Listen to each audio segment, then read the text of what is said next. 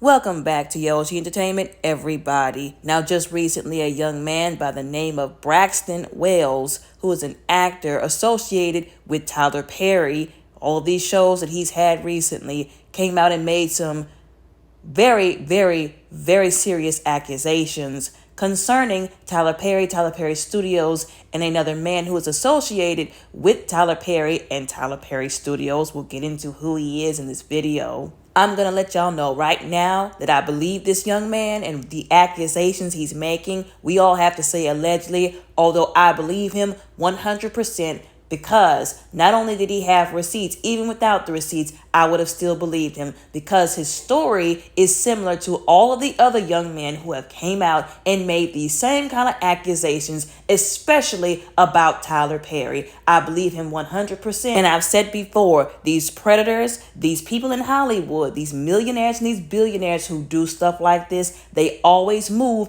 in the same patterns. So again, it should not be hard for people to understand that there are multiple victims, probably hundreds. They always move with the same patterns in how they hurt people, how they manipulate people, using the promises of a job, of an opportunity that they know that these young people want because they want to work in the industry, not knowing that the industry is a horrible place where people get chewed up and spat out. Their dreams are shattered because, once again, like I said in the previous video, it's not about accomplishing your dreams, doing what you set out to do, being an actor, writer, singer, dancer, whatever it is. It's about them taking advantage of you and maybe or maybe not investing in you. And by that time, you don't even want it anymore because of all of the hell you've had to go through just to get it. Using the promises of a job or an opportunity to manipulate people, to wheel people in, spiking their drinks. Y'all know I have to say allegedly. Acting like they're interested in helping these people because they're the only people who can, because they have all the money and they're the gatekeepers of this industry, only to manipulate them, once again, get them in a disposition that they can't get out of and then hurt them. Not only is this young man an actor, but he's also an Army veteran who was dealing with PTSD before he even ran into these issues, which makes the situation worse, which makes things worse for him, in my humble opinion.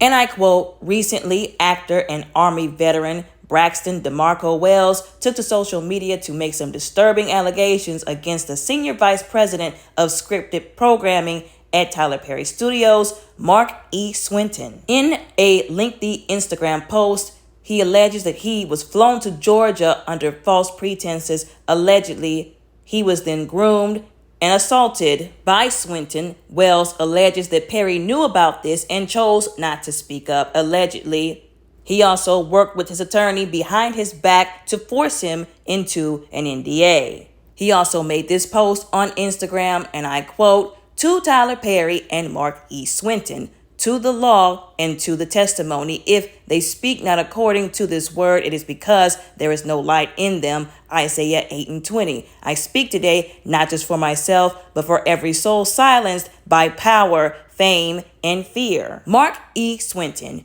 you groomed and R-worded me while I was under your influence, flying me from Los Angeles to Georgia under false pretenses. You abused your position as vice president of Tyler Perry Studios, a company that claims to stand for faith, to commit unspeakable evil behind closed doors. Tyler Perry, you built your empire on the image of a God-fearing man. Yet, when darkness crept in through your own executive, you chose silence. You retained a predator in your house and helped cover it up, protecting your brand over a broken human life. That is not faith, that's fraud. Yahweh Elohim sees all, he is not mocked. You hid behind Hollywood politics, lawyers, and NDAs. You thought your money could bury the truth, but no contract. Signed under duress, no manipulation by a corrupt attorney, and no celebrity circle will stop Yahweh's judgment. For there is nothing covered that shall not be revealed, and hidden that shall not be known. Luke 12:2. I cried for help. You turned your back. But Yeshua the Messiah was also betrayed, mocked, and crucified. And just like him, I rise not for fame, but for justice. I am formally declaring in front of Yahweh and the public, I will no longer be silent. Your system tried to enslave me. Your lawyers tried to scare me, but the Spirit of Yahweh has set me free. End quote. That was a very powerful statement. And I don't want to hear any, oh, he signed an NDA. Like, a lot of people are really getting tired of hearing these people who don't have a pot to piss in nor a window to throw it out of, don't have the right to tell somebody what should have happened, what they should have done in a situation that they did not find themselves in. People get really beside themselves these days. I get sick of these comments and these people talking about, oh, why is he coming forward now? Why didn't he this? Why didn't he that? It's easy for you to say that when you're on the outside looking in. Nobody else was in his traumatic disposition, his traumatic situation. He was. So nobody from the outside can tell him what he should have done. Like I said before, it really disgusts me. These people who keep coming up talking about, oh, what this person should have done, acting like they knew what was going on in this situation, how to navigate the situation. And some of these people have never been to anything close to this, have never been in a situation near close to this. They're speaking safely from a very ignorant disposition. And it screams a lack of humanity and compassion. Again, with the ignorance. It's never as easy as, oh, he should have filed a lawsuit. He should have went to the police. He should have told the authorities. He should have this. He should have that. It's never that simple. It's never that easy. Him making these allegations, y'all know I have to say allegations, even though I believe him 100%. Him making allegations that the attorney was working behind his back with and in the favor of Tyler Perry and the other guy to cover up what they did to him so the guy wouldn't face consequences for what he's alleging that he did to him proves that. And once again, for all you black people who like to support Tyler Perry like he's your Lord and Savior, and y'all are refusing to see these people, these men coming out and making these allegations, which ironically are some of the same people who talk about, oh, the men victims, they don't ever get the, publicity that they need. Nobody ever wants to hear them. But then these will be the same people saying, oh, well, I don't believe him because y'all are just trying to take down one of our black billionaires. This is a black man coming to y'all, telling y'all that a man did this to him. Y'all know we had to say allegedly, who was covered up and covered for by Tyler Perry. Birds of a feather flock together. Not everybody is lying. I also mentioned in the 3-part video of me breaking down the legal documents with Derek Dixon and his lawsuit against Tyler Perry. In the legal documents, his legal documents with his lawsuit, that Tyler Perry had high-paid attorneys.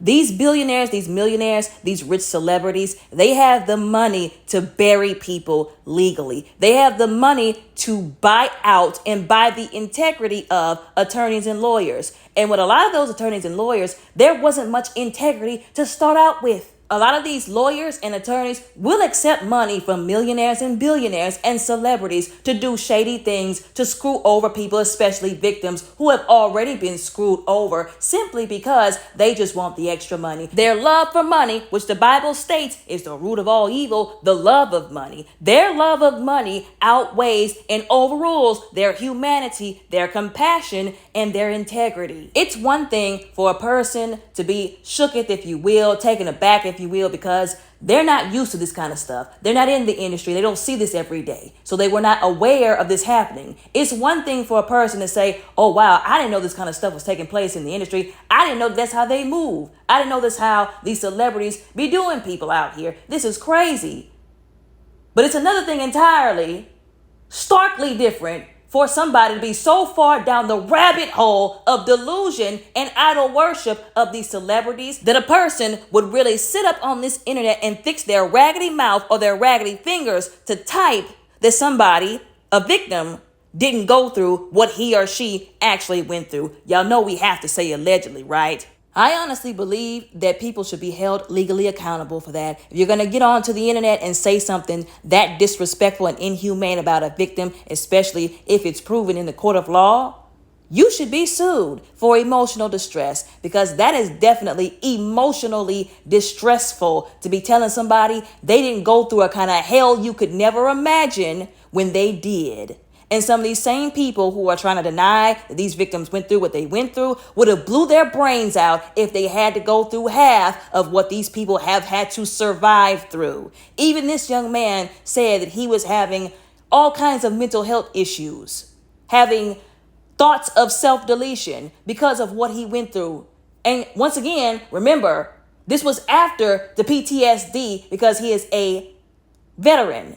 Now, some first receipts we're going to go over that this young man posted on his Instagram was some notes from the Notes app that basically detailed what happened. Very concise, a summary basically to explain what happened from the beginning to the end, the manipulation, all of that. Which people have been saying, if you are going through something like this because of a boss, a family member, anybody, do the best that you can to try and take notes and document them any way that you can. Unfortunately, some people, they are living with the abuser. So taking notes might not even be an option for them, or they might have to hide the notes to the best of their abilities. But try to, even if you can, make a mental note of all of what you went through. So when you get the chance to write it down, you'll be able to write it down in a way that people can go from point A to point B, so to speak, a timeline, which is what he created here in these Notes apps. The same thing that Derek Dixon did. He had screenshots of all those text messages. Once again, people are sitting up here talking about, oh, you collected all this to use against him. No, remember, y'all said that the victims had to have receipts. They had to have evidence. If he can't do anything, he may as well collect evidence. That's basically what he was doing, which was smart and the right thing to do, because otherwise people would sit up and say, oh, you're just lying. What they're saying right now, even though he has the evidence in the form of receipts, which were those text messages that Tyler Perry was sending him, not the other way around. Now, he first met this man, y'all know I have to say allegedly, after he did some audition tapes, so to speak, is what it seems like. He managed to book a role allegedly on Ruthless. He did a Zoom call with Mark E. Swinton and a woman. Now, they said on this Zoom call, according to him in these notes, oh, we saw your tape. We like, the audition tape. We want to move to the next step. Remember what I was talking about? The patterns that predators, abusers use, offering the promises of a job, of a career opportunity. Then he said they booked him a first-class flight from Los Angeles to Georgia. Once again, the patterns. They like showering people. Predators, abusers, they like showering people with gifts, showering them with materialistic things and paying for things that they might not have been able to pay for themselves. Being very nice and liberal with their money and the things that they, once again, are paying for these people, but it's all a facade. Now, here's where it starts to take a very sharp left turn. This young man then says they booked him in the Intercontinental Hotel on the 6th of November in 2019. And then that very next day, he shows up to start filming whatever this episode is, whatever the show is that they have him in. He said he was in wardrobe, in the wig, his costume, if you will, that he had to have in order to do his job, what they called him there, sent him there for. And they took pictures of him in this wardrobe and in this wig. That did not sit well with me that they did that to him. And I believe this is where they started to prey on him and manipulate him. Now, right after that, he said that Mark called him into his office and said that they were sending him home. I guess they decided that they changed their mind on having him do this job, or they felt like he wasn't a good fit. He said this man told him he had a 17-year-old face but had a man's body. That definitely didn't sit right with me, and it sounds mighty predatory if you ask me. It also sounds like something a PEDO would say to somebody who's of the legal age limit or in say their 20s or 30s, but happens to look like they are under the age. And it sounds like the beginning of manipulation that a PEDO would put somebody like that under to try and get into a relationship with them because they can't get into a relationship legally with somebody who's underaged, so to speak. The young man said he didn't take it personally. Sounds like he's somebody who knows how to roll with the punches. In this situation, I'm assuming because he said that they booked his flight, that they paid for everything to get him over there. And he understood that sometimes some people are not a good fit for a role even after all of that. He didn't take it personally. It wasn't that big of a deal to him. He said he handled it in a professional manner. And he said that Mark Swinton basically said, oh, well, I appreciate you for handling it that way. Even said that he was impressed, allegedly, according to this young man. And I quote, Mark said he was impressed how I handled it well and said he will promise me a role in the future, end quote. Once again, the promising of a prospect or prospects of a job or a career. I don't believe that Mark Swinton, y'all know I have to say allegedly, ever intended on helping this young man develop his acting career. I don't believe he ever had intentions on helping him with those promises, following through with those promises that he was making. Because once again, this young man didn't approach these people. They said, oh, we saw your audition tape, your acting tape, whatever it was, and called him, flew him out there to Georgia to put him in something after he auditioned looking for a job to work in the industry. I don't believe, y'all know I have to say allegedly, that Mark Swinton ever intended on delivering on these promises. I think it was the manipulation, once again, the pattern of him dangling it in front of his face, like what happened with Derek Dixon, allegedly, to keep him around so that he could prey on Braxton. Moving on, though. So he said 2 years passed by. He kept in contact with this guy. 2 years passed by.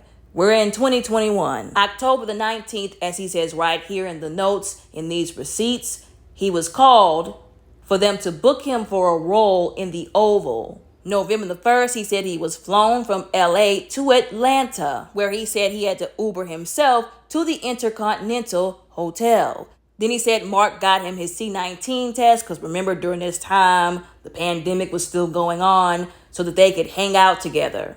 And I quote, I didn't think anything of it because this guy was very powerful at Tyler Perry Studios. I was like honored he would want to hang out with me, and I was like someone that was coming up in the business, end quote. He said that he felt honored that this man wanted to even give him the time of day, which is really sad and heartbreaking when you think about how allegedly he took advantage of that. Once again, that's another thing I've been talking about on this channel, how there are many people like Braxton, regular people who come in contact with people like Tyler Perry, this guy, Mark Swinton, all these celebrities, millionaires and billionaires, people who are very influential, who they look up to, or they might find an identity in, who they respect and feel honored to be around. And all of that is used against them by these rich people, by these celebrities, by these influential people. They use that against these people to take advantage of them. And I quote, and he continues to text me and ask me where I'm at. And I was hanging with this girl named Taylor who I was having sexual relations with. And he would always ask me about her and ask me where I was and what I'm doing. And I kept telling him that I was with Taylor at Sauce Buckhead. Then he would say he may stop by and buy me a drink. And he did.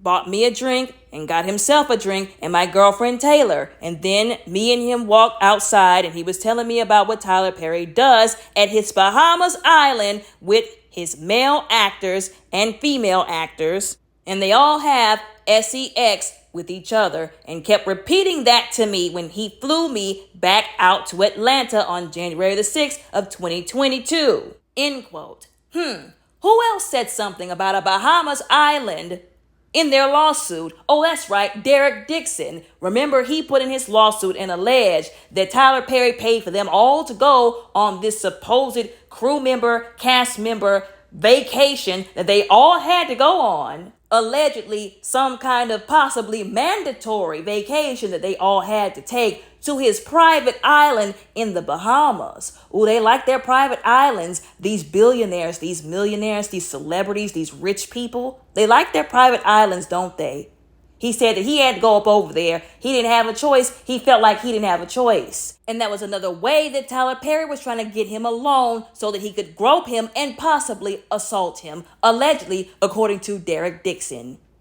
Anyways, and I quote, November the 4th, 2021. He even has the time on here, 10:54 a.m. Pacific Standard Time. He would ask me, how did my performance go on set? And I said, Tyler Perry said that I did an incredible job. And then text me on November the 4th of 2021, 11:29 a.m. You have plans tonight? We can hang out at my crib tonight and you can keep your original flight back. And I thought it was crazy he would want me to hang out at his crib, and I'm just an actor. I thought I was building a great relationship with someone that could change my career, end quote. This is why it is ridiculous and crazy, ignorant and lacking in humanity for people to sit up here and say, oh, they're just trying to get money from these people. They're just trying to get money from Tyler Perry, from whoever, from these celebrities, from these millionaires and these billionaires. That's why it's crazy for people to believe their attorneys, whose integrity was bought out anyways, once again, didn't have much to begin with, clearly, who sit up and say, oh, this is just a shakedown. This is just a scam. These are just salacious accusations. None of these people were chasing down these billionaires and these millionaires. They couldn't even if they wanted to. They met them through job prospects, career prospects, once again, promises of, oh, I'll help you with your career. These millionaires, these billionaires, these celebrities, these rich people were the ones pursuing the people like Derek Dixon, Braxton Wells. They were the ones sending these men these text messages, trying to get them to hang out with them, to drink with them. Put up this facade of friendliness. Oh, I'm trying to help you with your career by asking you to hang out at my house and go out drinking with me, even though they knew they had no intentions of helping these people with their careers. And then also moving to the next step in these patterns of manipulation by asking them where they are, texting them multiple times throughout the day, asking them, oh, who are you sleeping with? Who is this person? Oh, that's my girlfriend. That's my boyfriend. Making it seem like they're feeling a certain kind of way, or they don't like it when they're with somebody else and not them. Just like how Braxton, y'all know I have to say, is alleging that he was texted multiple times by Mark Swinton. Oh, where are you at? What you're doing? Oh, I'm with my girlfriend. Oh, who are you with? Who are you with? I'm with my girlfriend. Also, just like with Derek Dixon and Tyler Perry, allegedly, whenever he alleged in his lawsuit that Tyler Perry kept texting him about the people he was hanging around with. Who are you with? Who are you hanging out with? Why did you go on a walk with him? Why don't you spend more time with me? Who are you in this picture with? Who is this person you're in a picture with? I'm jealous that I'm not in the picture with you. Also, whenever he was talking about all of Tyler Perry's business to Braxton, talking about, oh yeah, he takes them to their private islands or to his private island to do all this stuff, to have sexual activities, putting all of Tyler Perry's business out there on Front Street, that was grooming. That was the grooming part of the process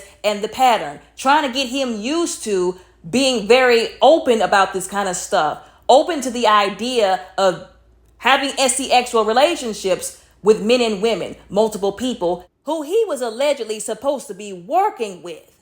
People who he was supposed to have working relationships with, a work relationship with, allegedly. And I quote, January the 5th, 2022 at 10:47 a.m., Mark texted me wanting to see me again and asking my name and date of birth and booked me a flight back to Atlanta on January the 6th at 12 p.m. on Delta Airlines. Was asking what kind of liquor I like, and I said Don Julio 1942. And picking a steakhouse he thinks I would like. And then I texted him I landed at Atlanta at 7:21 p.m. Eastern Standard Time, letting me know he was at the terminal and letting me know he was parked at the cell phone lot and drive around to pick me up at arrivals. End quote. So basically, he's keeping him updated on when he's leaving, when he's arriving at the airport in Atlanta. The guy is texting Braxton, asking him questions like what kind of liquor he wants, what kind of places he wants to eat, booking restaurants and whatnot. He's thinking, okay, maybe they're going to go out to eat to talk about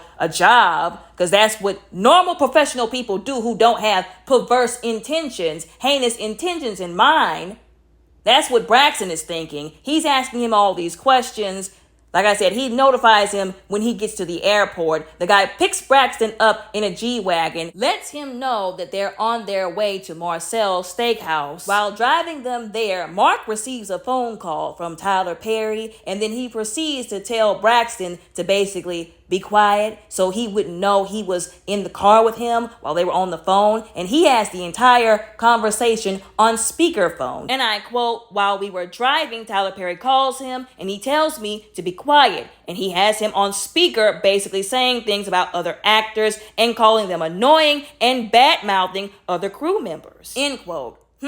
Who does that sound like once again? Oh, that's right. Derek Dixon in his lawsuit when he said Tyler Perry was bad-mouthing other actors who were his co-stars, his castmates, in front of him and to him. Talking about some, oh, I'll just off them in the show if they piss me off, if they annoy me, if they do something I don't like. Allegedly. Once they get to Marcel's Steakhouse, and by the way, I did a little research on this place. This is not one of those $20 meal deals, 2 for $20, if you will, type places. This is one of those expensive wine and dine, if you will, type restaurants. I just want to put that out there. When they get to the steakhouse, he tells this young man to order whatever he wants on the menu, and also orders him some, you guessed it, Don Julio 1942 as well. He then proceeds to order this young man drink after drink after drink until he is drunk, and he says he tried to talk to him about his career even after that point, but it didn't seem like Mark was very interested in hearing about that. But he did, allegedly, according to this young man, y'all know I have to say that, keep telling him how handsome he was. Do you all see it now? Do you all see the deception, the manipulation? How Mark used his power, his stardom, his fame, his money, promises of a career to deceive this young man, to manipulate him, to get him drunk, and then put him in a disposition where he could take advantage of him and do something heinous to him, all for his own sick pleasure, allegedly. They leave the restaurant. Mark takes Braxton to his home where he shows him this $250,000 painting and a huge aquarium that he has. Then he makes another glass of, you guessed it again, Don Julio 1942 for this young man. This is when it really got bad. Trigger warning right now, because we're about to get into some really, really messed up and traumatic stuff. Some people can't handle that kind of stuff. So this is a trigger warning going forward. And I quote, "He made my drink for me and I was drinking with him. And then I started feeling weird at this point already when I had another drink, because we went in his movie theater and we were watching a movie, and I don't remember half of the things he was talking about. All I remember, he took me upstairs up in his room and he had another room and we were watching another movie and he gave me another drink and I felt extra unbalanced and I was not coherent and I couldn't fight anymore. I felt tranquilized, and I know he put something in my drink. And he started trying to kiss my neck and kiss me, and I told him to stop, and he told me, no, it's okay, I got you. You don't have to worry, come in my room. I couldn't move at all. I felt like my whole body was paralyzed, and then he started taking my clothes off and turning me around, and I couldn't move. He started putting Vaseline on my back door area and started driving his you-know-what into my back door, and I couldn't move. And I couldn't get him off of me, and I started hurting, and then I blacked out, and I don't remember what else he did to me after that. I woke up the next morning, and he told me he sent me $6,000 on Apple Pay to keep quiet about everything, and I was at a loss for words, and I was extremely mad and embarrassed. I told him I needed to take a shower, and I noticed I was wiping myself in the shower and had Vaseline on me and blood mixed together on the washcloth. And I was breaking down crying in the shower and I didn't know what to do. I came to the realization that I was R-worded by Mark E. Swinton, and I was afraid to speak up about the situation for 2 years because I thought I was going to be blackballed from Hollywood. I left his crib and got me a hotel in Buckhead, and going through this dramatic experience, it made my PTSD worse and my mental health was worse since I'm a retired veteran in the Army and I've had thoughts of self-deletion all this time. I couldn't live life the way I wanted to. I was basically homeless and I was house hopping. I kept in contact with Mark and stayed on his good side because I was scared. Mark could ruin my acting career, and I just tried to make him happy but wanted to report him for so long. But I saw a psychiatrist at the VA to talk to someone, but I told him I was not happy. I couldn't live my life accordingly. And the VA kept changing my doctor every 6 months, and I never had the same one. But I didn't have the funds to afford a civilian doctor. I was living off the VA. I thought I would lose my family speaking up about all of this, but they had my back all the way. I can't live through this burden. It was eating me alive, and I want justice for my mental health that Mark E. Swinton has caused me. And I want all the victims to speak up for all the things he has done to. And that's Tyler Perry's right-hand man. And I want justice for the emotional distress and the mental illness and thoughts of self-deletion he has caused me. My life has not been the same ever since this incident happened. I wanted to DIE and just let myself be with God, end quote. It breaks my heart to see people say that because of what they've been through. It breaks my heart to know that people have been through things, we all have to say allegedly, that hurt them so bad, it was so heinous, the trauma was so awful that they wanted to self-delete, that they literally just wanted to die and be with God because they couldn't handle what happened to them and the injustice that it was. He mentioned what his life was like. I'm assuming before he started acting, when he was moving from house to house, he was homeless. He didn't have the money to pay for certain things. He was a retired veteran. I don't know how much money y'all think these retired veterans be making out here, but some of these men and women who are retired veterans, a lot of these retired veterans, they're barely getting by. Barely getting by. And it's really sad. They gave all of their life for the government and for their country for them to barely be out here getting by. This man said he was homeless. This also shows that people don't be knowing what they're talking about when they tell people what they should and shouldn't do once again in these situations. This man's life was hell because he didn't have the money to afford help for himself and what he was going through. Perhaps after reading and seeing all this, people, somebody somewhere might have a little more humanity and not be so ignorant and put some more compassion into themselves and not be so nonchalant when they're talking about, oh, this person should have walked away at this particular time. They should have walked away from the money. They should have this, they should have that. Because again, some of these people did walk away after getting screwed over very badly and their lives went to the trash. He said, I was afraid that he was going to blackball me. People really be thinking that these celebrities, millionaires, billionaires will not do that. Oh, yes, they will. If you speak out about what they did to you, they will try to ruin you. They will try to bury you financially and then have you out here thinking of offing yourself because if you don't have money to do anything, you're really screwed in this life. Now, allegedly, this young man was talked into signing an NDA. We've said about 1,000 times on this channel, you cannot use an NDA to cover your behind after doing illegal activities, after breaking the law, after R-wording somebody, assaulting them, hurting them. That's not how NDAs work. But most people probably don't understand that. And again, these rich people know how to hire lawyers who never had integrity to begin with to do all kinds of legal gymnastics to get around these kind of things. Allegedly, he was awarded a settlement. That settlement money is nothing compared to what he went through. Let me repeat this again. No amount of zeros can undo what he went through. But $500,000, which was allegedly the settlement money, was a slap in the face. If you're going to give him money as a settlement for what you did instead of face the consequences like jail time, $500,000 is a drop in the bucket compared to what they could have did for him, considering what happened to him allegedly. People are saying, oh, you broke the NDA, you broke the NDA. But if he was under duress when he signed the NDA, it's null and void anyways. He was also alleging that the woman who was the attorney helping him with this went behind his back and did things she had no business doing, and even alleged that she was working in the favor of Tyler Perry and Mark with this settlement in the middle of a criminal lawsuit, allegedly.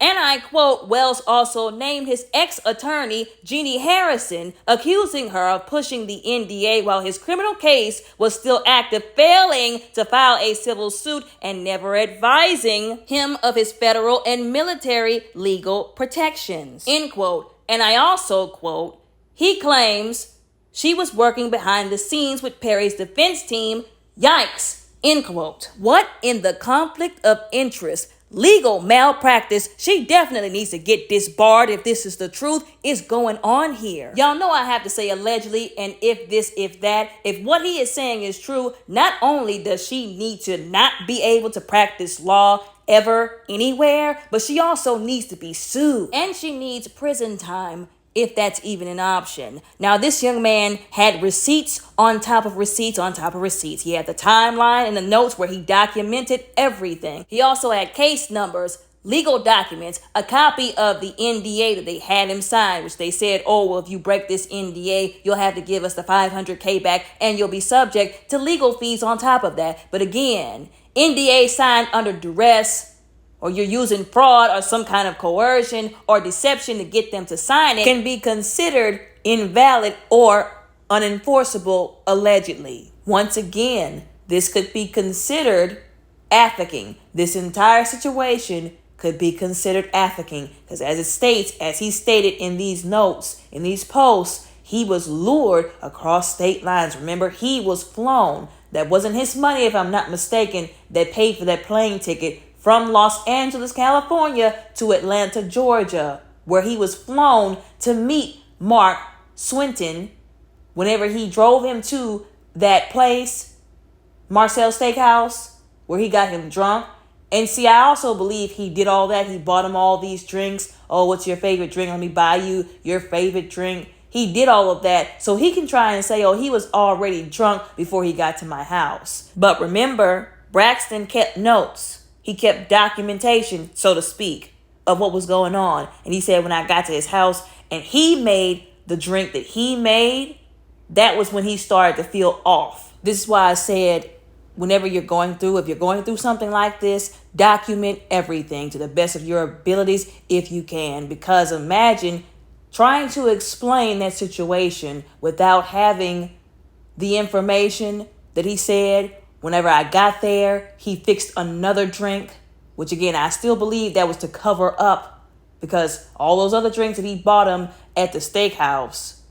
Imagine if he didn't have that extra detail that when he got there, he fixed another drink that may have allegedly, y'all know we have to say allegedly, was spiked.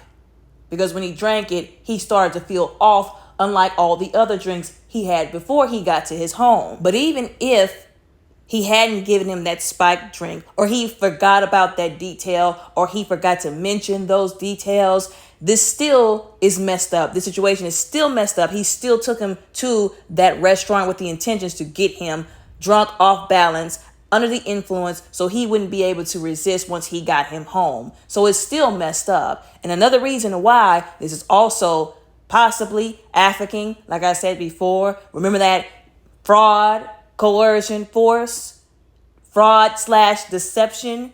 Again, false promises of a job. He lured this young man to him with false promises of, oh, I'm going to help you, with another job down the road. That show, The Oval. Now I'm wondering who else on The Oval has possibly went through something like this, because a whole lot of them actors on that show have been going through it thanks to Tyler Perry Studios, and the people that's associated with him, allegedly. Once again, I quote, my civil attorney, Jeannie Harrison, pushed me into a secret NDA while the criminal case was still open. She never told me about my federal or military protections. She never filed a civil case.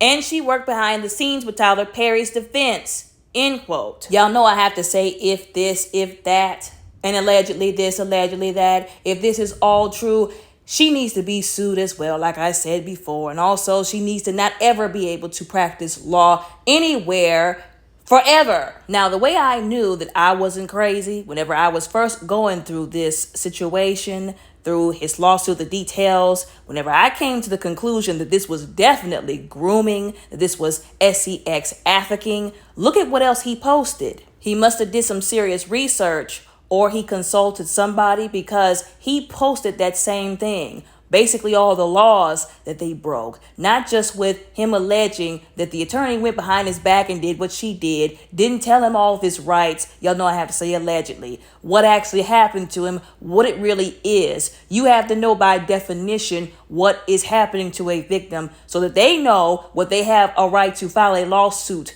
concerning. And also him knowing that the NDA that he was, I'm pretty sure, pressured. Y'all know we had to say allegedly, probably under duress, stressed out of his mind, mental health all the way gone because of what happened to him, and then what happened to him before that because he's a veteran. Him understanding that the NDA could possibly be legally void because he possibly signed it under duress, not knowing, without the proper information allegedly, and also because of all the other things that were going on.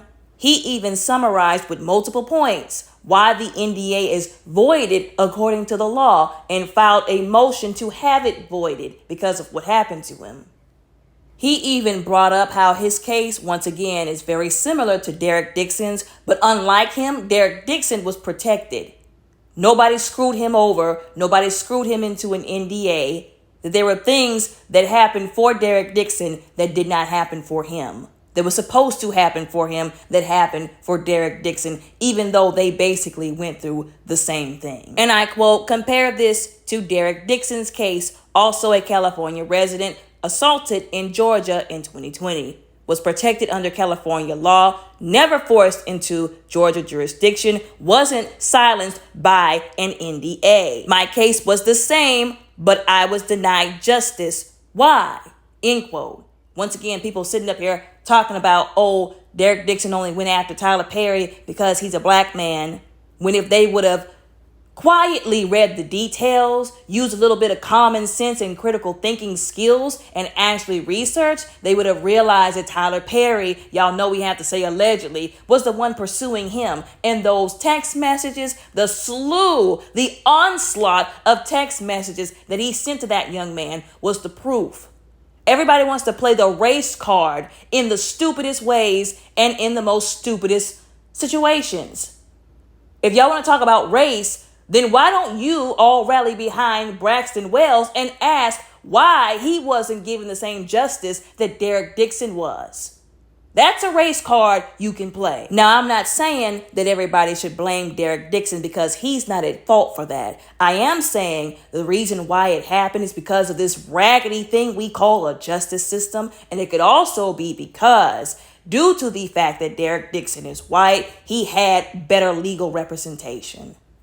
That's my take on that. Again, not Derek Dixon's fault. It's the fault of our raggedy, biased justice system. Once again, I'm putting that in quotation marks. And I'll even go so far and dare to say another reason why Braxton was screwed over, where his rights and getting justice was concerned, is because of the other black men who didn't want him to have it. I'm talking about Tyler Perry covering for Mark Swinton, and Mark Swinton, y'all know I have to say allegedly. Now, once again, he put some points up here, and I quote, civil lawsuits for sexual assault, grooming across state lines, fraud, emotional distress, and legal malpractice. And then criminal prosecution in both California and Georgia. And that's after the motion filed to void the NDA. And I hope that he receives all the justice that he should have and then some. I hope that the NDA is voided, that he gets the civil lawsuit that he's going for, and that they criminally prosecute everybody who was involved and had a hand in what happened to him. Because what happened to him was messed up. It was beyond messed up. It was heinous. And it was a heinous miscarriage of justice, how they went about it as well. He did make some videos, if I'm not mistaken. They were posted on Instagram, if I'm not mistaken, describing in detail more of the legal stuff and some other things. And he said at the very end, if I'm not mistaken, of one of his videos, that he was like, listen, I don't even need a lawyer. Just give me a fair trial. I can represent myself. Just give me a fair trial and a fair chance to get the justice that I deserve. It really breaks my heart that he went through this. Y'all know we have to say allegedly here on YouTube, but I believe everything he's alleging, everything that he's saying. It breaks my heart that he went through all of that. And then he got screwed over legally. He had to take to social media, so to speak, to try and get people's attention, to try and get the justice that he deserves. He has put himself at risk. People don't understand when you are in the position that he's in, the risk to your safety that this is. Like, people think that this is a game. Again, they want to question him because they're using a lack of humanity. They're speaking from ignorance. They're very nonchalant and careless and just disrespectful towards victims. He is putting himself at risk fighting for justice. And I believe he's in a mindset where he's basically saying, I don't care what I have to do. I don't care anymore. I don't care. I'm going to get justice, or I'm going to go down trying to get it. And it's sad that he was put in that position after everything else he's been through. Let me remind y'all, this man is a veteran. He shouldn't have had to go through any of this, especially after everything that he's already been through. And now he's going through this. And the reason why he said, I don't even need a lawyer, is because the one time he had one, allegedly, she stabbed him in the back and she screwed him over. Now, I do believe that he does need a lawyer to represent him in the court of law, even though he seems very well versed on the law here. He made all these posts about the laws and stuff like that. But he still does, I believe, need a lawyer, one he can actually trust this time, who has integrity that can't be bought. The kind of lawyer who has the kind of integrity, who's going to stand 10 toes down and say, I'm going to fight for my client. You're not going to buy me to make me flip to help you screw him over. I'm going to stand 10 toes down and help him get the justice that he deserves. Every penny, every dollar, and the legal justice, because somebody needs to go to jail. Somebody needs to go to prison. Okay? I really do hope and pray that he gets the justice that he deserves. Because this is a messed up situation, y'all. I don't think people really understand. Anyways, y'all let me know what y'all think about this, how y'all feel about it down in the comments below respectfully. Don't forget to like and subscribe. Y'all all have a very blessed, beautiful, and safe day.